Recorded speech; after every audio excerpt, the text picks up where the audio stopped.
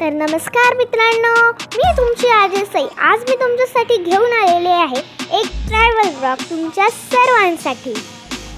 तर फोटो बघून तुम्हाला कळलंच असेल की आम्ही गेलो होतो नाशिकमधील बोर्ड पार्क इथे। ते आहे म्हसरूळमध्ये। खूप छान छान रंगीबेरंगी आणि सुंदर सुंदर पक्षी आम्ही त्या ठिकाणी बघितले। Let's start. व्हिडिओ 2 ला सुरुवात करूया। सुट्टीचा दिवस असल्या कारणाने आम्ही सगळी चिल्लर गँग निघालो। आपली शहरं छोटी असल्यामुळे तिला घरीच सोडलो। मग बारक्या मामांचा हात धरून टुबुक टुबुक आमच्या सोबत आला। तर गणपती बाप्पांच्या पाया पडून आम्ही सगळे निघालो। तर मग मामांच्या गाडीमध्ये आम्ही सर्वजण निघालो। कुलीत यंत्राची मजा घेत आणि छोटा डॉन बाहेर खिडक्यांमधल्या गाड्यांची मजा घेत आम्ही पोहोचलो म्हसरूळ येथील बोर्ड पार्कमध्ये। गेटवरच्या बोर्डवर बरीच माहिती दिलेली आहे। तिथे एक रेस्टॉरंट सुद्धा आहे। गाडीतून सर्वजण खाली उतरलो। अगोदर आम्ही सर्व बोर्ड वाचला। तिथे काही इन्स्ट्रक्शन्स दिलेले आहेत, ते जरा फॉलो करावे लागतात। वाहनतळावर मामाने आमचा रथ पार्किंग केला। आत गेल्यानंतर पहिल्या पिंजऱ्यात तर कोणीच नाही। कदाचित ही वानर सेना येण्यामुळे ते पळून गेले असतील। आत गेल्यावर आम्ही बऱ्याच प्रकारचे प्राणी बघितले। काही ओळखीचे होते तर काही अनोळखी। त्या प्राण्याची माहिती प्रत्येक पिंजऱ्याच्या बाहेर बोर्डवर दिली होती। बंड्या सुस्त पडलेला होता। याला आम्ही नाव दिलं होतं बंड्या।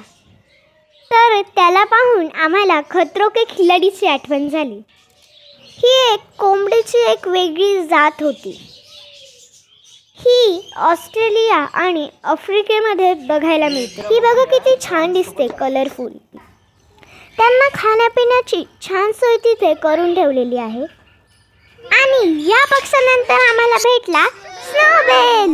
मोंटी बुरा मत मानना, लेकिन तुम्हें यहाँ से जल्दी जाना होगा। क्या है, मेरे मालिक किसी भी वक्त आ सकते हैं और उन्हें आलतू फालतू बिल्लियों का घर में आना जाना पसंद नहीं। ऐसा नहीं कि तुम आलतू फालतू हो। आणि पुढे आणखीन प्रकार बघितले। इथे भेटला पॅरट।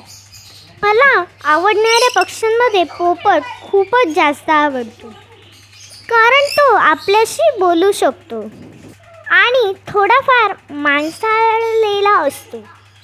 त्यात दिसायला सुद्धा खूप सुंदर असतो। तुम्हाला कोणता पक्षी आवडतो ते तुम्ही मला नक्की कमेंटमध्ये सांगा। आणि यानंतरचा आहे सरप्राईज। तिथे भेटला आम्हाला हा सुंदर कुकाटू। त्याने त्याचे नाव सुद्धा सांगितलं। आता हे तुम्ही शांततेत ऐका, तू कसं बोल।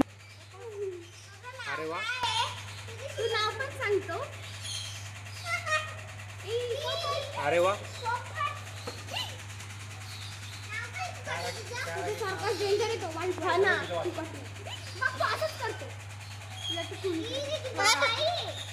काय करतो?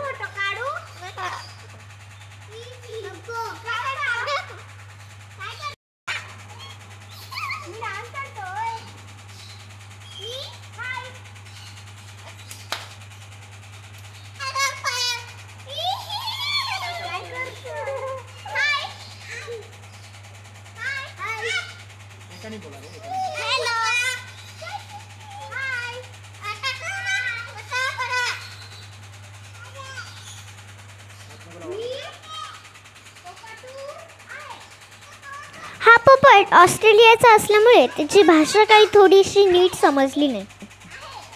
आम्ही सर्वांनी त्याच्या गप्पा खूप एन्जॉय केल्या। तुम्हाला ऐकून खूप आश्चर्य होईल की या पक्ष्याचं आयुष्य 40 ते 50 वर्ष आहे। कुकाटूला भेटल्यानंतर आम्हाला भेटला रिओ। हा एक सुंदर आणखीन एक पॅरट बघितला।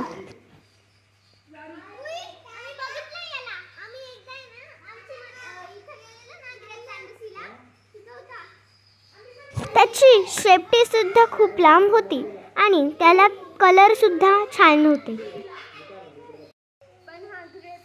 त्याची काही मित्रमंडळी टायराच्या झोक्यात खेळत होते। इथे थोडं गार्डन केलेलं आहे। या ठिकाणी संध्याकाळी लहान मुलं खेळू शकतात। इथे काही थोडंसं काम चालू आहे, काहीतरी छान कर. आणि पुढे काही रंगीबिरंगी पक्षी आम्हाला बघायला मिळाले. पोपटांचे प्रकार जास्त होते. त्या सगळ्याची माहिती पिंजऱ्या खालच्या बोर्डवर लिहिलेली आहे, जसं की त्यांचं नाव, त्यांचं वय, त्यांचं आयुष्य किती वर्ष आहेत ते.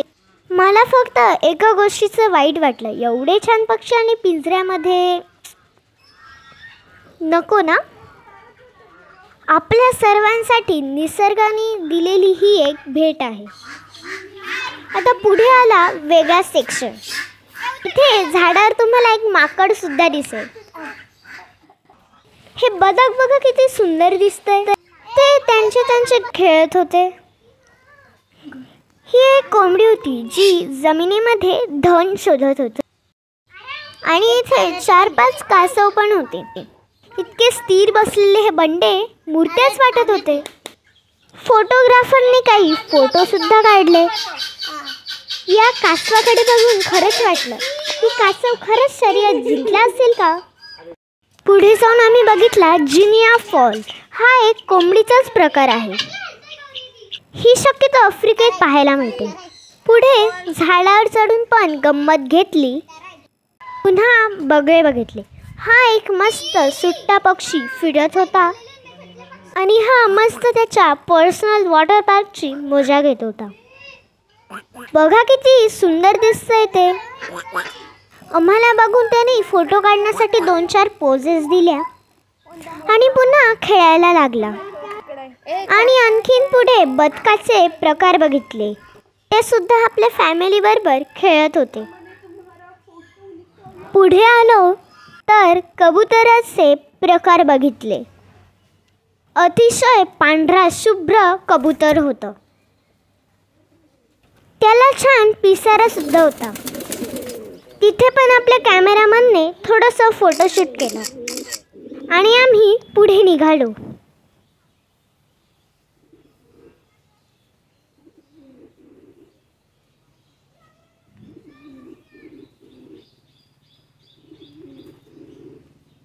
पुढे आम्ही व्हाईट रॅट बघितला. पांढऱ्या रंगाचा उंदीर. ये क्या है बे? साला चूहा है क्या? अरे नहीं यार. नंतर एक छानसा स्पॉट बघून तिथे फोटोशूट सुद्धा केलं. कॅमेऱ्याला लाजवत 4-5 क्लिका मारल्या आणि तिथून प्रस्थान करण्याचा निर्णय घेतला. निघताना मांजरीला पकडायला छोटा डॉन परत पळाला. त्याला बळजबरी उचलून आणावं लागलं आणि आम्ही घराकडे निघालो.